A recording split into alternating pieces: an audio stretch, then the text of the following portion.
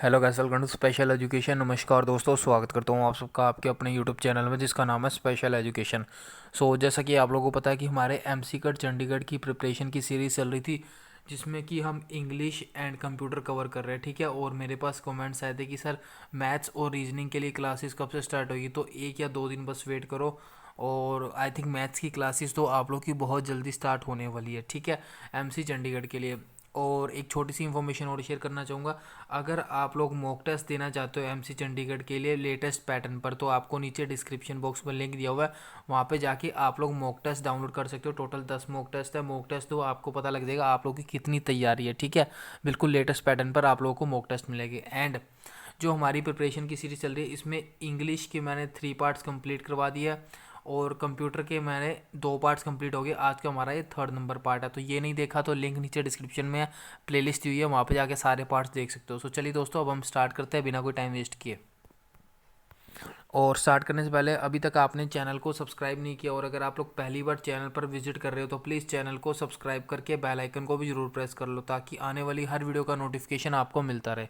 पहला क्वेश्चन आप लोग के सामने है, which of the following is not the classification of the computer based on application. तो इनमें से कौन सा क्लासिफिकेशन नहीं है कंप्यूटर बेस्ड ऑन एप्लीकेशन का। ऑप्शंस आपके सामने, electronic computer, digital computer, none of this या फिर ऑल ऑफ दिस। तो इसका राइट आंसर है नन ऑफ दिस। अगला क्वेश्चन हमारे पास है, which of the following is not a feature of the third generation language. इनमें से कौन सा थर्ड जनरेशन लैंग्वेज का फीचर नहीं है। तो इसका जो राइट आंसर होगा वो होगा option number C, they are faster than MLLs। ठीक है, तो ये आपका थर्ड जनरेशन जो लैंग्वेजेस होती है उसका फीचर नहीं है। बाकी they need to get translated, they are easy to use than MMLs, और they use compilers and interpreters. ये तीनों आपके थर्ड जनरेशन लैंग्वेज के फीचर्स हैं। Which is the type of the memory for information that does not change on your computer. इनमें से वो कौन सी मेमोरी की टाइप है for information that does not change on your computer. RAM, तो कौन सी मेमोरी है बेसिकली जो चेंज नहीं होती। तो रैम है, RW है, या फिर ई रैम है। तो इसका जो राइट आंसर होगा वो होगा RW, ऑप्शन नंबर बी। अगला क्वेश्चन हमारे पास है, LIC large scale integration, VLSI very large scale integration और ULSI ultra large scale integration chips were use in which languages. तो कौन सी जनरेशन में ये वाली जो LSI, VLSI और ULSI यूज़ होता है। तो ये आपका 4th जनरेशन में यूज़ होता है। ठीक है, अगला क्वेश्चन हमारे पास है, which characteristics of the computer distinguish it from electronic calculation. मतलब ऐसी कौन सी कंप्यूटर की करेक्टरिस्टिक्स है जो कि इसको इलेक्ट्रॉनिक कैलकुलेशन से अलग करता है, मतलब उससे डिफरेंट करता है। ठीक है, ऐसी क्या खास बात है कंप्यूटर में। एक्यूरेसी, स्टोरेज, वर्सेटाइल या फिर ऑटोमेटिक। तो इसका राइट आंसर है ऑप्शन नंबर बी, स्टोरेज। अगला क्वेश्चन हमारे पास है, Microsoft dot net is. Microsoft dot net क्या है। तो माइक्रोसॉफ्ट डॉट नेट दोस्तों एक क्लोज्ड सोर्स है। Option number B is your right answer. 7th number question है, इज द विंडोज कमांड। ये आपका स्टेटमेंट सही है या गलत है। तो ये आपका फॉल्स है। अगला क्वेश्चन हमारे पास है, which of the following command gives the list of the users in the system. मतलब ऐसी कौन सी कमांड है जो यूज़र की लिस्ट देता है कंप्यूटर में। तो उस कमांड का नाम बताना है। तो इसका जो राइट आंसर है वो है who command, option number D is your right answer. जब आप CMD में हु टाइप करते हो तो वो सारे लिस्ट दे देता है यूज़र्स की। ठीक है, अगला 9 नंबर क्वेश्चन है, dash is the Linux flavour which runs from CD। तो इनमें से कौन सा वो लाइनेक्स है जो कि CD से चलता है। तो इसका जो राइट आंसर होगा वो कैनोप्सिक्स, KNOPIX, option number A is your right answer. OSF stand for, OSF की हमें फुल फॉर्म बतानी है। तो OSF की जो फुल फॉर्म होती है वो होती है open software foundation. Option number C is your right answer.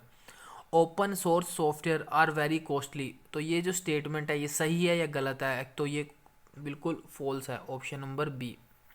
Internet explorer comes along with dash. जो इंटरनेट एक्सप्लोरर है, मतलब जो आपका ब्राउज़र है, गूगल क्रोम जैसा होता है इंटरनेट एक्सप्लोरर, ये किसके साथ आता है, मतलब किसके साथ आता है। तो इसका जो राइट आंसर है वो है विंडोज़। विंडोज़ में होता है, आपको पता है, इंटरनेट एक्सप्लोरर।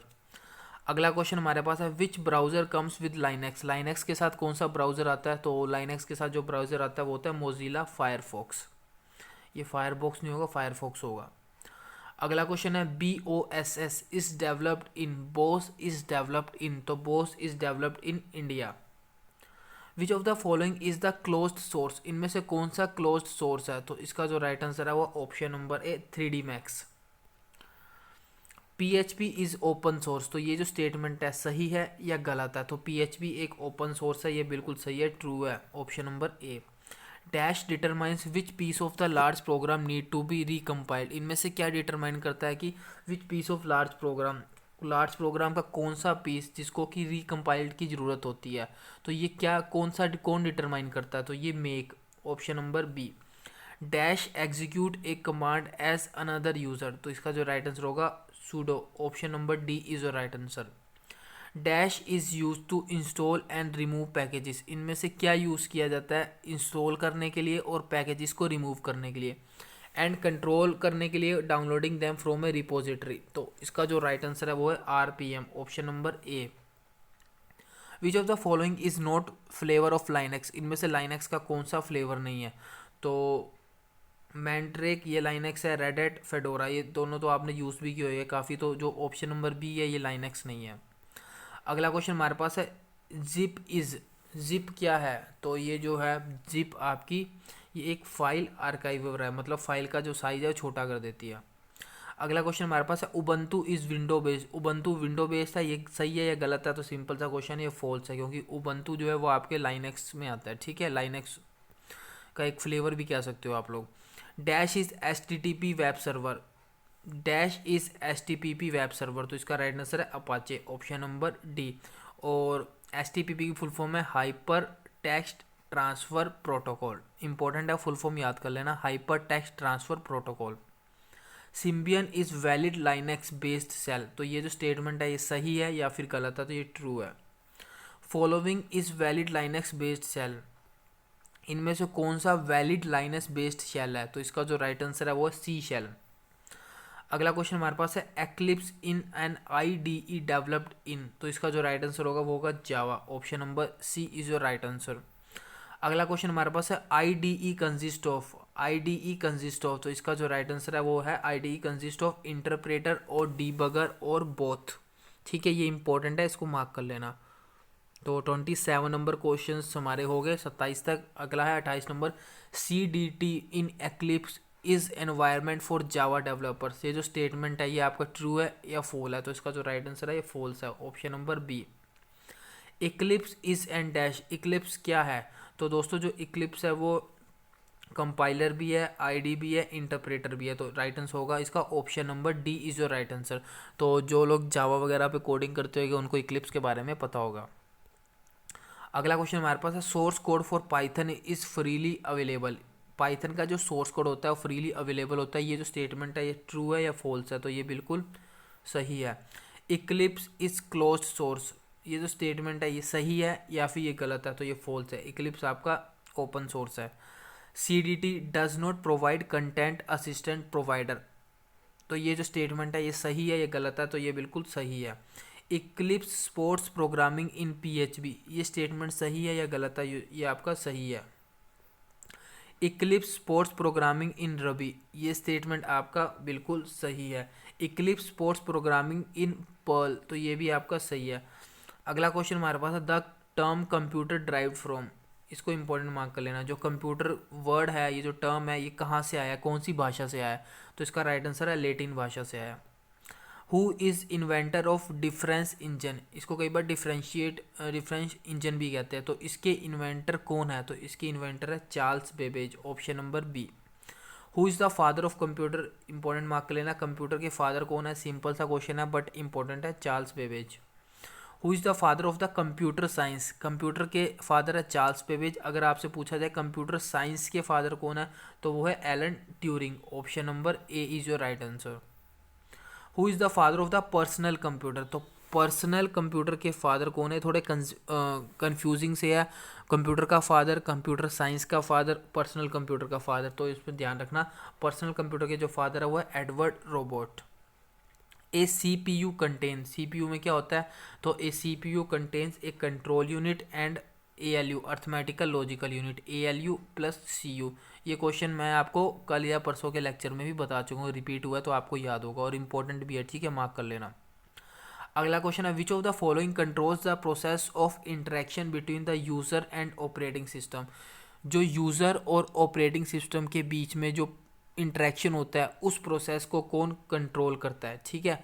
तो इसका जो राइट आंसर होगा वो होगा user interface. Option number A is your right answer. The first computer were program using, पहला जो कंप्यूटर बनाया गया था उसको जो प्रोग्राम किया गया था कौन सी लैंग्वेज में प्रोग्राम किया गया था, तो वो है machine language. Option number B. Dash is a combination of the hardware and software that facilitate the sharing of the information between computing devices. तो इसका जो राइट आंसर होगा वो होगा नेटवर्क, ठीक है। अगला क्वेश्चन हमारे पास है coded entries which are use to gain access to a computer system are called. जो कोडेड एंट्रीज होती है जिसका हम यूज़ करते हैं कंप्यूटर सिस्टम में एक्सेस के लिए, उस एंट्रीज़ को क्या कहते हैं, तो वो होते हैं पासवर्ड। जो कोडेड एंट्रीज होती है जिसको एंटर करके कंप्यूटर में हमें एक्सेस मिल जाता है उसको हम बोलते हैं पासवर्ड। अगला क्वेश्चन हमारे पास है you organise files by storing them. You organise files by storing them in folder. तो आपकी जो फाइल्स होती है वो फोल्डर में ही स्टोर होती है। What type of the resource is most likely to be shared common resource in a computer network. तो इसका जो राइट आंसर है वो है प्रिंटर। अगला क्वेश्चन हमारे पास है विच device is required for the internet connection. Internet connection के लिए कौन सी डिवाइस यूज होती है, तो होती है modem. Option number B.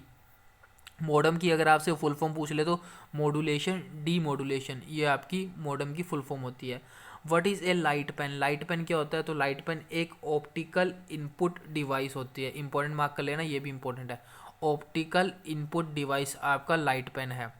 UNIVAC की फुल फॉर्म बतानी है, काफ़ी ज़्यादा इंपॉर्टेंट है। Universal automatic computer. Universal automatic computer is the full form of UNIVAC. तो मुझे आप लोग अपना स्कोर बताना, आउट ऑफ 50 कितना स्कोर है आपका। और इसकी पीडीएफ फाइल चाहिए तो आपको डिस्क्रिप्शन बॉक्स में लिंक मिल जाएगा, जाके डाउनलोड कर लेना। दोबारा रिपीट करूँगा, अगर मॉक टेस्ट डाउनलोड करना चाहते हो, अगर टेस्ट नहीं दे रहे तो गलती है आपकी, टेस्ट देना स्टार्ट करो। लिंक आपको मॉक टेस्ट का डिस्क्रिप्शन बॉक्स में दिया हुआ है। टोटल 10 मॉक टेस्ट है, ठीक है। सो आज के लिए दोस्तों बस इतना ही। वीडियो अच्छी लगे तो लाइक ज़रूर करना और शेयर ज़रूर करना अपने फ्रेंड्स के साथ।